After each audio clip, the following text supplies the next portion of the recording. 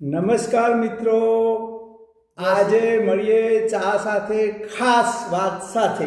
જય શ્રી કૃષ્ણ, જય સિયારામ। આજે છે અમારા ધ્યાનીના સ્કૂલના ફંક્શનની વાત છે। હા મિત્રો, કાલે અમે ગાંધીનગર ગયા હતા।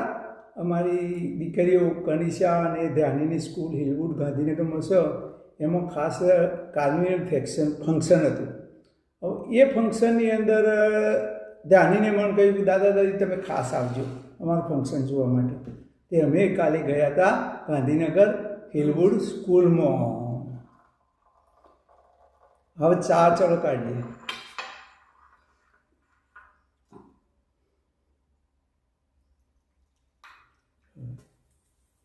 બોલો, સ્કૂલમાં શું જોયું? એમના ફોટા તો બતાવો। હા મિત્રો, કાલે સ્કૂલમાં જતા તે મેં એનું વિડીયો શૂટિંગ કરી છે, ફોટા પાડ્યા છે, એ તમને બતાવો। તો ચાલો જોઈએ અમારા ધ્યાનીની સ્કૂલ।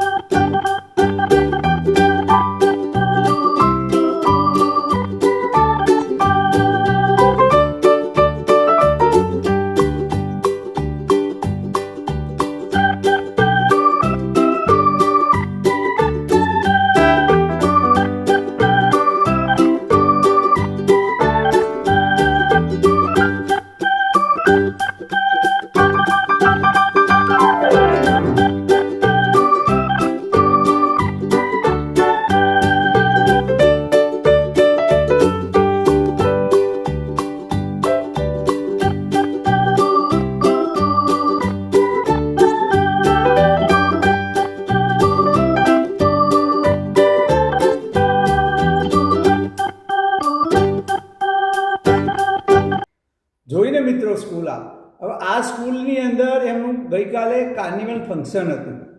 તો આ ફંક્શનમાં અમારી ધ્યાનીએ ચાઇનીઝ ફૂડ સ્ટોલનો એક સ્ટોલ રાખ્યો હતો, એમાં ધ્યાની મેનેજમેન્ટ કરતી હતી। તો ચલો જોઈએ આ ધ્યાનીનો ફૂડ સ્ટોલ।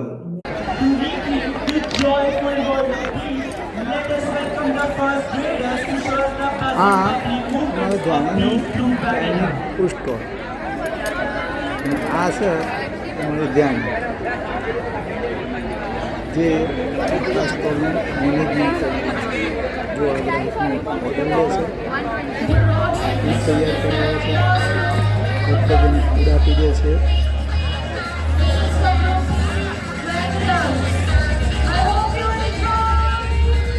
આ રીતે આખા સ્ટોલનું મેનેજમેન્ટ કરતી હતી।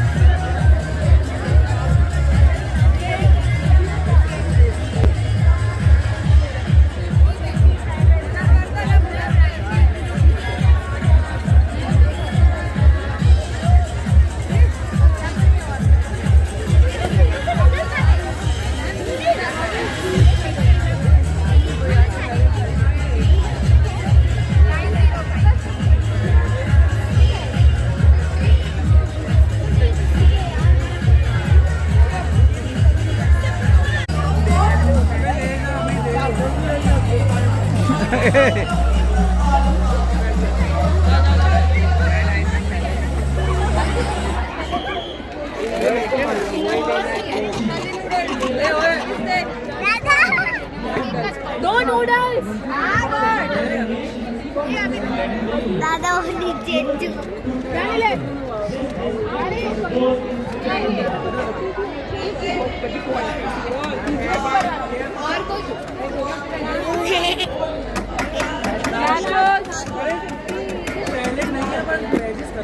सोल्ड आउट लिख दे। अरे पर ये सब्जी नहीं है। बना के देख सकते हैं मैम ने साथ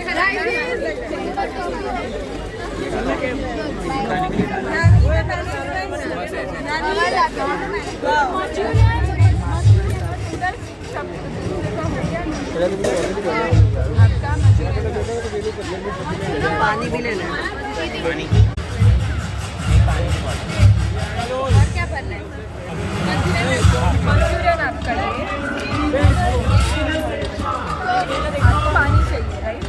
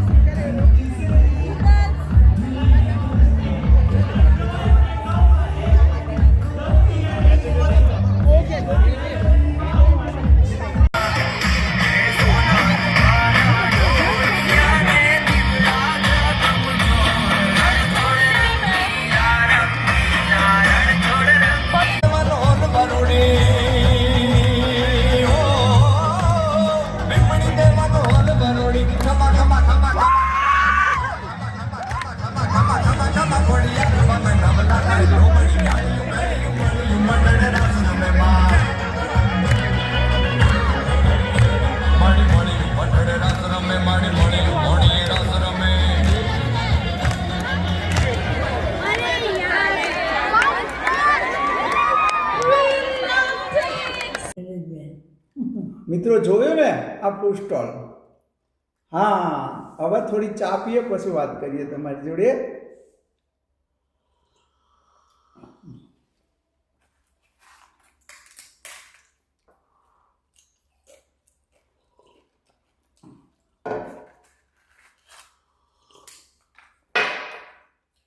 હવે આ સ્કૂલમાં જ્યારે આપણે જઈએ ને ત્યારે શું થાય કે છોકરાઓને તો કેવું થાય, હા મારા દાદા દાદી હોમમાં જોઈ રહ્યા છે એટલે એમને એટલો બધો આત્મવિશ્વાસ આવે ખરેખર તો અને એ જ્યારે અમે જોયું ને ત્યારે એ છોકરો એટલો બધો કોન્ફિડન્સથી એમની પ્રોગ્રામ રજૂ કરી રહ્યા હતા તો આપણને એમ થાય કે ખરેખર સ્કૂલમાં આવા તમારા પાસે સમય હોય તો સ્કૂલના છોકરાઓને પ્રોત્સાહન આપવા માટે આપણી હાજરી જરૂરી છે ખરેખર.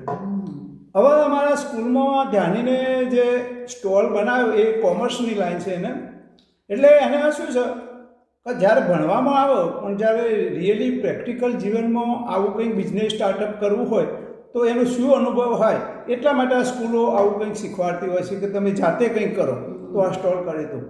અને અત્યારના છોકરો તો એટલો બધો ટેકનોલોજીનો ઉપયોગ કરીને આપણને ખ્યાલ ના આવે કે આવડો છોકરો આટલું બધું કરી શકે. હમણાં ધ્યાનીનો એકવાર બિઝનેસ ઓપોર્ચ્યુનિટી અથવા તમે સ્ટાર્ટઅપ કેવી રીતે શરૂ કરો એનું પ્રેઝન્ટેશન રાખ્યું હતું એ લોકોએ. કોઈ જ નવો ધંધો શરૂ કરવો હોય તો તમે લોકોની સામે કેવી રીતે રજૂ કરી શકો એવું દિલ્હી પબ્લિક સ્કૂલની અંદર એમનું એક ફંક્શન હતું. તે એની અંદર મારા ધ્યાનીને અને એની બહેનપણીએ જે એક પ્રોજેક્ટ રજૂ કર્યો હતો જે પાવર પોઈન્ટ સાથેનો, એની અંદર એમનો બીજો નંબર આવ્યો તો એમને ટ્રોફી મળી હતી ઇનામમાં. એટલે છોકરા તો કરે નહીં, એનો તમે વિચાર કરો, એનો જે આઈડિયા હતો ને, ઉભા રહો તમને કહું,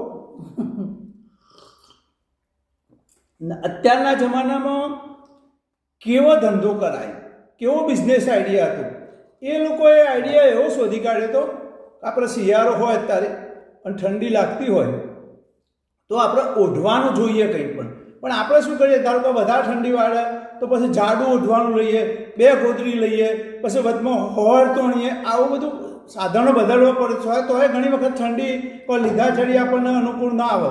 તો આ લોકોએ એવો સ્ટાર્ટઅપ બિઝનેસ કરવાનો હતો કે એ લોકો એવો એક ધાબળો બનાવવાના હતા કે એ ધાબળો તમે ઓઢો, એની અંદર તમારે ટચ સ્ક્રીન હોય, એક સાથમાં રિમોટ હોય, એ રિમોટમાં તમે જેટલું ટેમ્પરેચર સેટ કરો ને એટલું ટેમ્પરેચર તમને ગરમી ઠંડી લાગવાના દે, એટલું ટેમ્પરેચર સેટ થાય. આ ટાઈપનો એક દુસો બનાવવાનો બિઝનેસ સ્ટાર્ટઅપનો એમને પાવર પોઈન્ટ પ્રેઝન્ટેશન રાખ્યું હતું અને એમનો નંબર આવી ગયો. તો વિચાર તો કરો આ કેવા બધા આઈડિયા આજના છોકરાના. તો એટલે આ છોકરો તો આપણે ના ધાર્યું હોય એવું કરી શકશે. એવું કરશે નહીં, ખરી વાત.